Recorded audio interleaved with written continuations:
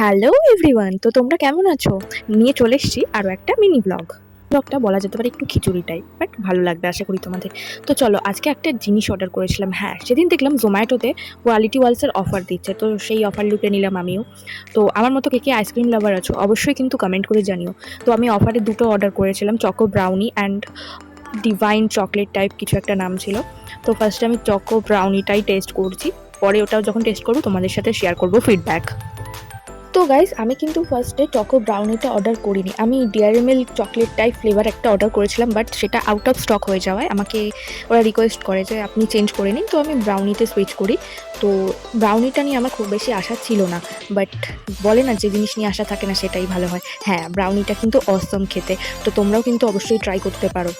আমি তো অনেক রকম আইসক্রিমের ফ্লেভার ট্রাই করতে ভীষণ পছন্দ করি। তোমরা কে কে আমার মতো আছো অবশ্যই কিন্তু কমেন্ট করে জানিও।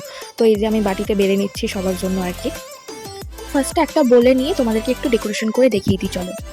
দেন আমি তো নর্মালভাবে খেতে পছন্দই করি না, যে কোনো জিনিস একটু তারকা লাগাতেই হবে আমার, তো দ্যাটস ওয়াই আমি হোয়াইট চকো চিপস দিয়ে হালকা করে অল্প একটু ডেকোরেশন করে নিলাম।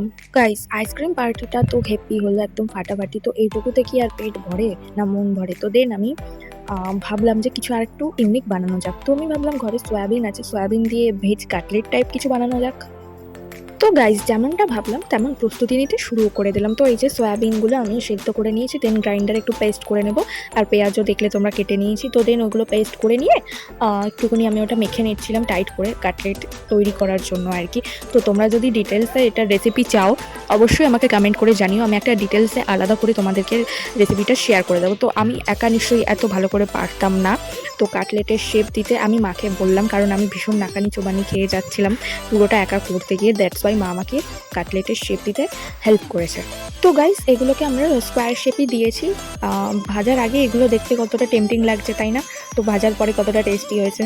তো গাইস, চলো এগুলোকে ভেজে ফেলা যাক। হ্যাঁ, তোমাদেরকে আরেকটা জিনিস শেয়ার করে রাখি, এটা কিন্তু খুব একটা হাই ফ্লেমে ভাজবে না তোমরা, মিডিয়াম টু লো, যাতে জিনিসটা ক্রিস্পি হয়।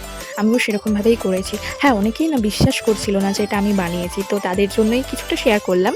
আর তোমরা যদি ডিটেলে রেসিপি চাও তো আমি আলাদা করে বানিয়ে দেবো। তো এবার কি তাদের বিশ্বাস হলো? গাইস, তোমরাও কিন্তু বাড়িতে অবশ্যই এটা করে খেয়েও, খুব টেস্টি খেতে হয়েছিল। এই যে গাইস, ফাইনালি রেডি হয়ে গেছে ভেজ কাটলেট বা সোয়া কাটলেট, তোমরা যে যা নাম দিতে চাও। তো গাইস, বাই, দেখা হচ্ছে নেক্সট মিনি ব্লগে।